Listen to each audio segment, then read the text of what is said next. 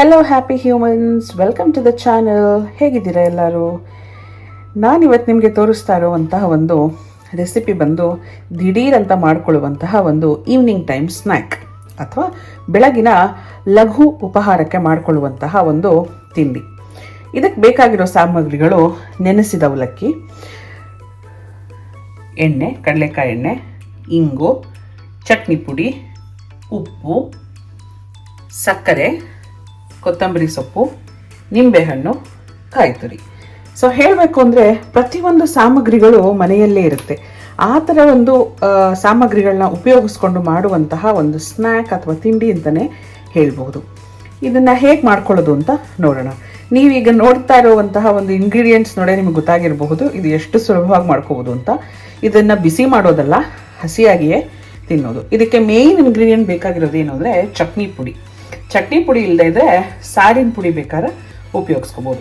ನೋಡೋಣಂತೆ. ಇದಕ್ಕೆ ಮೊದಲನೇದಾಗಿ ಬೇಕಾಗಿರುವಂಥದ್ದು ನೆನೆಸಿದ ಅವಲಕ್ಕಿ. ಒಂದು 5-10 ನಿಮಿಷ ಅವಲಕ್ಕಿ ನೆನೆಸ್ಕೊಂಡು ಅದು ಫುಲ್ ಡ್ರೈ ಆಗೋ ಥರ ನೆನೆಸ್ಕೊಂಡು, ನೋಡಿ ಇಲ್ಲಿ ಹೀಗಾಗಿರಬೇಕು. ನೆನೆಸಿದ ಮೇಲೂ ಮೆತ್ತಗಿದೆ, ಆದರೆ ಇಷ್ಟು ಡ್ರೈ ಆಗಿರಬೇಕು. ಇದಕ್ಕೆ ನಾನು ಮೊದಲನೇದಾಗಿ ಹಾಕೋದು, ನಂತರ ಇದಕ್ಕೆ ಒಂದು ಸ್ವಲ್ಪ ಕಡಲೆಕಾಯಿ ಎಣ್ಣೆನ ಹಾಕೋಣಂತೆ. ಒಂದು 4 ಚಮಚ ಕಡಲೆಕಾಯಿ ಎಣ್ಣೆ ಬೇಕಾಗುತ್ತೆ. ಬೇಕಾದ ನೋಡ್ಕೊಂಡು ಹಾಕೋಣ. ಇದು ಹಾಕೊಂಡ್ಮೇಲೆ ಮುಂದೆ ಹಾಕೊಳ್ಳೋದು ನಾನು ಇದಕ್ಕೆ ಚಟ್ನಿ ಪುಡಿ, ಮನೇಲಿ ಮಾಡಿದಂತಹ ಚಟ್ನಿ ಪುಡಿ. ಚಟ್ನಿ ಪುಡಿನಲ್ಲಿ ಸಾಕಷ್ಟು ಉಪ್ಪು, ಹುಳಿ, ಖಾರ ಎಲ್ಲ ಇರುತ್ತೆ. ಇನ್ನೂ ಖಾರ ಬೇಕು ಅಂದವರು ಕೆಲವೊಬ್ಬರು ಹಸಿಮೆಣಸಿನ್ಕಾಯಿನ ಸಣ್ಣದಾಗಿ ಕಟ್ ಮಾಡಿ ಹಾಕೋಬೋದು, ಇಲ್ಲ ಸಾರಿನ ಪುಡಿ ಕೂಡ ಹಾಕೋಬೋದು. ಸಾರಿನ ಪುಡಿ ಹಾಕೊಂಡ್ರಂತೂ ಇನ್ನೂ ಚೆನ್ನಾಗಿ ರುಚಿ ಬರುತ್ತೆ. ಈಗ ನಾನು ಇದಕ್ಕೆ ನಮ್ಮನೆಗೆ ಸ್ವಲ್ಪ ಎಲ್ಲ ಹದವಾಗಿರುತ್ತೆ, ಹುಳಿ, ಉಪ್ಪು, ಖಾರ, ಹಾಗಾಗಿ ಚಟ್ನಿ ಪುಡಿ ಒಂದೇ ಸಾಕು. ನಂತರ ಇದಕ್ಕೆ ಉಪ್ಪು ಹಾಕಬೇಕು. ಉಪ್ಪನ್ನು ನೋಡ್ಕೊಂಡು ಹಾಕಬೇಕು. ಇದು ಅವಲಕ್ಕಿಗೆ ಮಾತ್ರ, ಯಾಕಂದರೆ ಚಟ್ನಿ ಪುಡಿಲಿ ಆಲ್ರೆಡಿ ಉಪ್ಪಿದೆ. ಸೊ ಸ್ವಲ್ಪ ರುಚಿಗೆ ತಕ್ಕಷ್ಟು ಉಪ್ಪು. ನಂತರ ನಾವು ಹಾಕಬೇಕಾಗಿರೋದು ಇದಕ್ಕೆ ಸ್ವಲ್ಪ ಇಂಗನ್ನು ಹೀಗೆ ಹಾಕಿ ಕೈಯಲ್ಲಿ ಕಲಿಸ್ಬೋದು. ನೀವು ಕೈಯಲ್ಲಿ ಕಲಿಸಲ್ಲ ಅಂತ ಅಂದರೆ ಇದನ್ನು ಪುಡಿ ಮಾಡಿ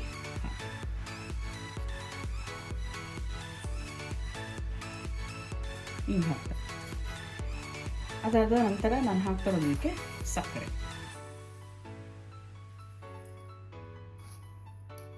ಸ್ವಲ್ಪ ಸಾಕು, ನಿಮ್ಮ ರುಚಿಗೆ ತಕ್ಕಷ್ಟು. ಮಕ್ಕಳಿಗೆ ಬೇಕಾದರೆ ಜಾಸ್ತಿ ಹಾಕಿ, ದೊಡ್ಡವ್ರಿಗಾದ್ರೆ ಸ್ವಲ್ಪ ಕಮ್ಮಿ ಹಾಕ್ಕೊಳ್ಳಿ. ನಾನು ಸ್ವಲ್ಪ ಜಾಸ್ತಿ ಹಾಕಿದ್ದೀನಿ ಈಗ. ಇದರ ನಂತರ ಇದಕ್ಕೆ ಬೇಕಾಗಿರುವಂತಹ ಒಂದು ಇಂಗ್ರೀಡಿಯೆಂಟ್ ಬಂದು ಹಸಿಯಾದ ಕಾಯಿ ತುರಿ, ಫ್ರೆಶ್ ಆಗಿರುವಂಥ ಕಾಯಿ ತುರಿ. ಈ ಹಂತದಲ್ಲಿ ನಾವು ಕಲಿಸ್ಕೊಳ್ಳೋಕ್ಕೆ ಶುರು ಮಾಡೋಣಂತೆ. ಕಲಿಸ್ಕೊಂಡಾಗ ನಿಮಗೆ ಏನಾದ್ರು ಎಕ್ಸ್ಟ್ರಾ ಬೇಕು ಅಂತ ಅಂದ್ರೂ ಗೊತ್ತಾಗುತ್ತೆ. ನೋಡಿ, ನನ್ನ ಪ್ರಕಾರ ಇದಕ್ಕೆ ಉಪ್ಪು, ಹುಳಿ, ಖಾರ ಎಲ್ಲ, ಉಪ್ಪು, ಖಾರ, ಸಿಹಿ ಎಲ್ಲ ಸಾಕಾಗಿದೆ ಅಂತ ನೋಡ್ತಾ ಅನ್ನಿಸ್ತಾ ಇದೆ. ಇನ್ನು ಮುಂದಕ್ಕೆ ಇದಕ್ಕೆ ನಿಂಬೆಹಣ್ಣು ಮತ್ತು ಕೊತ್ತಂಬರಿ ಸೊಪ್ಪನ್ನು ಹಾಕಬೇಕು. ನೆಕ್ಸ್ಟ್ ಇಂಗ್ರೀಡಿಯೆಂಟ್ ಬಂದು ಕೊತ್ತಂಬರಿ ಸೊಪ್ಪು.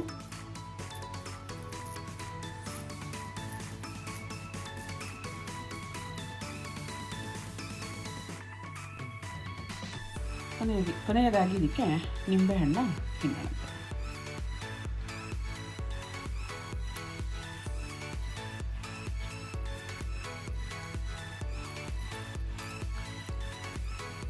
ಎಲ್ಲ ಆದಮೇಲೆ ಒಂದ್ಸತಿ mix ಮಾಡೋಣಂತೆ.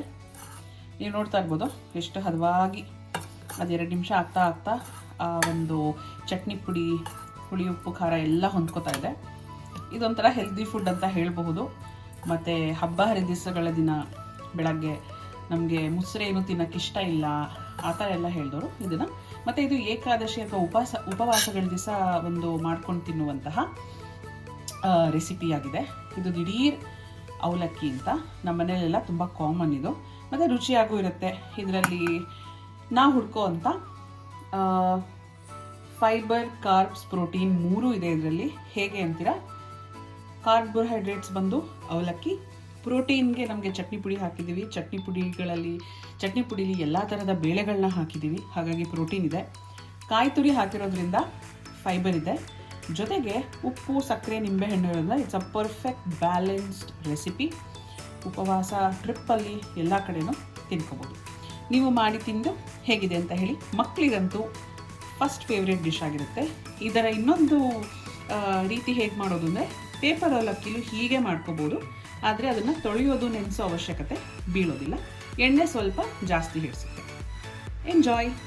Thank you for watching. ನೋಡಿ, ಹೀಗಿದೆ ನಮ್ಮ ಒಂದು ಸಿಂಪಲ್ ತಿಂಡಿಯ ಪ್ರೆಸೆಂಟೇಷನ್ನು. ಇದು ಕೃಷ್ಣನಿಗೆ ಬಹಳ ಪ್ರಿಯವಾದ ಒಂದು ರೆಸಿಪಿ. ಇದನ್ನು ಸಾಮಾನ್ಯವಾಗಿ ಕೃಷ್ಣ ಜನ್ಮಾಷ್ಟಮಿ ದಿವಸ ಕೂಡ ಮಾಡಿಕೊಂಡು ತಿಂತೀವಿ.